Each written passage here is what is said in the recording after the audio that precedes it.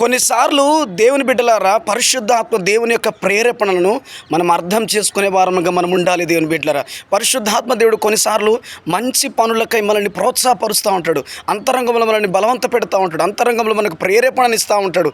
ఏంటిది ఆ పనులంటే, పలానా వ్యక్తులకు సహాయం చేయమన్న ప్రేరేపణ మనకు కలుగుతూ ఉంటుంది.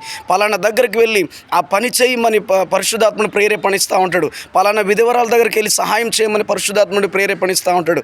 రోడ్డు పక్కన ఉన్నవారు, బస్టాండ్ దగ్గర ఉన్నవారు, అలా పేదవారిని కానీ అడుక్కునే వారిని కానీ అలా మనం చూస్తూ ఉన్నప్పుడు వారికి చేతనైనంత సహాయం చేయమని పరిశుద్ధాత్మ దేవుడు నన్ను కొన్నిసార్లు ప్రేరేపణ ఇచ్చినప్పుడు, దేవుని బిడ్డలారా, భయముతో, సిగ్గుతో, మోమాటంతో మనం ఆగిపోతా ఉన్నాం. దేవుని బిడ్డలారా, మేలైనది నీకు చేతనైనప్పుడు, అది నీకు చెయ్యాలని అనిపించినప్పుడు, దేవుని బిడ్డలారా, అది చేయడానికి మనం ఎప్పుడు వెనకడిగి దేవుని బిడ్డలారా, మంచి కోసం నీకు పరిశుద్ధాత్ముడు ప్రేరేపణ ఇచ్చినప్పుడు నువ్వు ఎన్నడూ ఆలస్యం చేయకుండా కానీ పరిశుద్ధాత్ముడు మాట్లాడుతున్నాడు. దేవుని కృప నీకు తోడే ఉండి నడిపించును గాక. ఆమేన్.